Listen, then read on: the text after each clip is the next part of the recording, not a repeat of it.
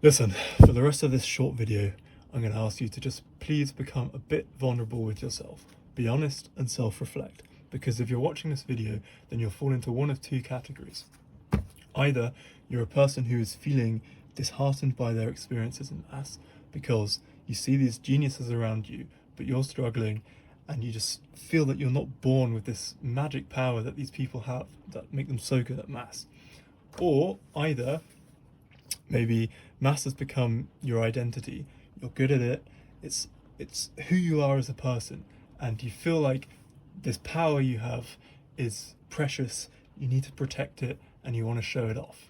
Ego in maths is a very serious problem, and it spoils people's journeys in maths at both ends of the ego spectrum. You know it's a big problem because go to the most famous maths YouTuber, the Maths Sorcerer. Look at his most recent videos, and if he's not trying to sell you books he hasn't read, all other videos will be him responding to viewers having serious concerns and doubts about their abilities.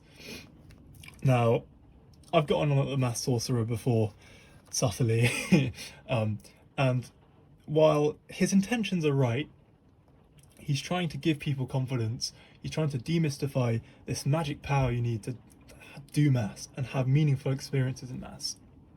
However, his content is lazy content. He doesn't give really any good advice. This guy is not a mathematician. Let me just give you some context and detail my experiences with ego in maths. So I am a student at one of the top universities in the world for maths.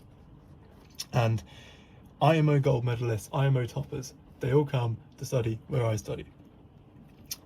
Now, I got into maths quite late, so I've struggled with imposter syndrome and just really struggling to get rid of this deep-seated belief that there is some magic power you're born with, and if you don't have it, you're going nowhere. Let me just add that a lot of these people who participate in the IMO, when they come to university and the competition's over, they actually get really depressed because their whole identity, their whole life has been maths competitions and how well they do. Look, obviously attending the IMO is very impressive. Not many people do it, but a lot of the people that do, they will be very quick to tell you that they've been to the IMO.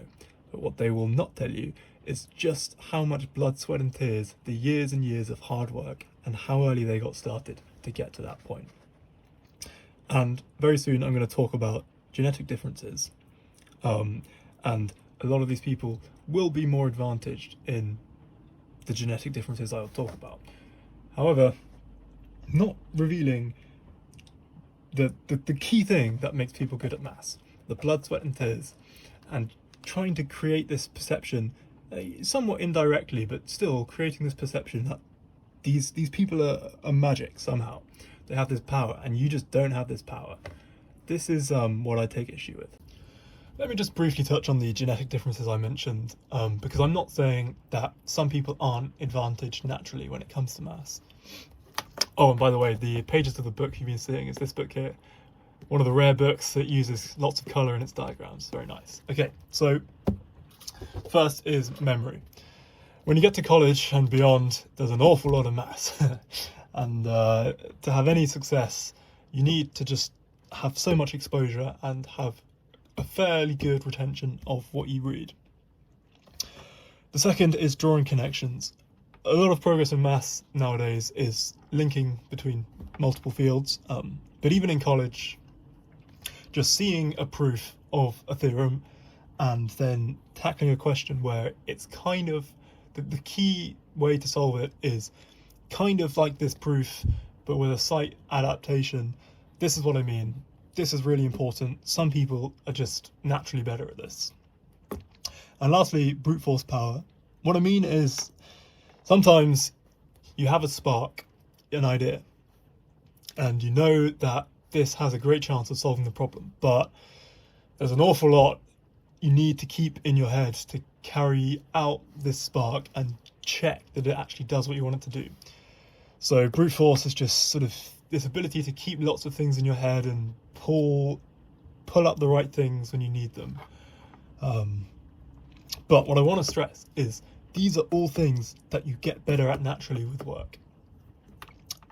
This is something I've experienced. Like I said, I came quite late to maths. Well, okay, I mean, I have quite a good memory, but these two did not seem that natural. But after hours and hours and hours, these are now strengths of mine. I'm now going to address in turn both sides of the ego spectrum. So I hope you've reflected honestly as I've asked, because this advice is going to be really important and will impact your journey going forward. So firstly, if deep down you feel that you fall into the category where, maybe my identity is very closely tied to my maths performance. You know, maybe deep down I do get a kick out of beating other people and outperforming them in maths. Well, this is quite natural. And I've seen a lot of this at my university. As I said, attracts the most brilliant, promising young mathematicians. Competition is a part of life, right? It is. But I see characteristics in these people which are severely to their detriment. For example, the biggest one is just not admitting when they can't do something and not asking for help. There is a famous mathematician called Prof Korner. He's an analyst. He's written lots of really good analysis books. And he's got a PDF guide on how to watch a lecture, which in itself is really good. You can just find it on his webpage, you should read it. But he says that a characteristic of many brilliant mathematicians is the willingness to ask when they don't understand. I cannot tell you how many people I've seen at my university who turn up to a session with an instructor who is an expert in their field, and instead of just accepting the fact that they haven't been able to solve a very difficult question, which is just requires some leap of faith to be able to solve,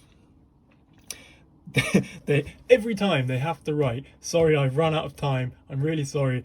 This is poor time management." You can't just say, "I didn't know how to do this." These big leap of faith ideas you need to have to make progress in maths, these are very rare. And being good at maths is making very, very small jumps on things that already exist.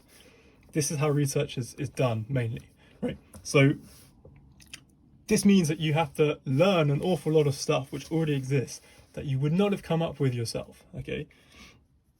So you just have to accept that there are things you won't come across yourself, and learn them and ask and use the resources you have. And people just sit in these sessions with these world-class instructors just trying to get through without asking questions because they think they look bad. Now, if you're on the other side of the spectrum and you're disheartened because you think that you just weren't born with this magic genius that these brilliant mathematicians have, nonsense.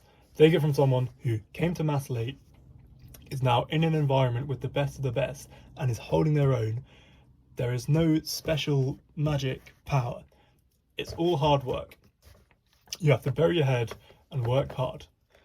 The trouble is that this idea that people aren't born for maths, it wipes people out. It takes people out too early because it gives them an excuse. This is hard. Oh, I wasn't born for this, so I'm going to go do something else. Maths gets hard. It will always get hard no matter how good you are.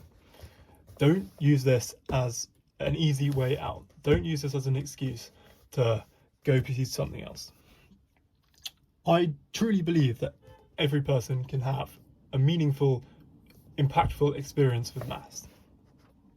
You just have to work hard, and even if you feel like that's not working for you, you're probably just learning in the wrong way.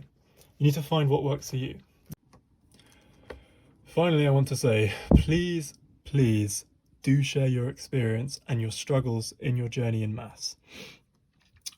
There was a time where I was really struggling with what I've been talking about, and I read a long blog post from someone who on paper had performed very well, and they were detailing just how hard they worked and their struggles, and that just helped me immensely. It was like a light switch that went off, like, I can do this.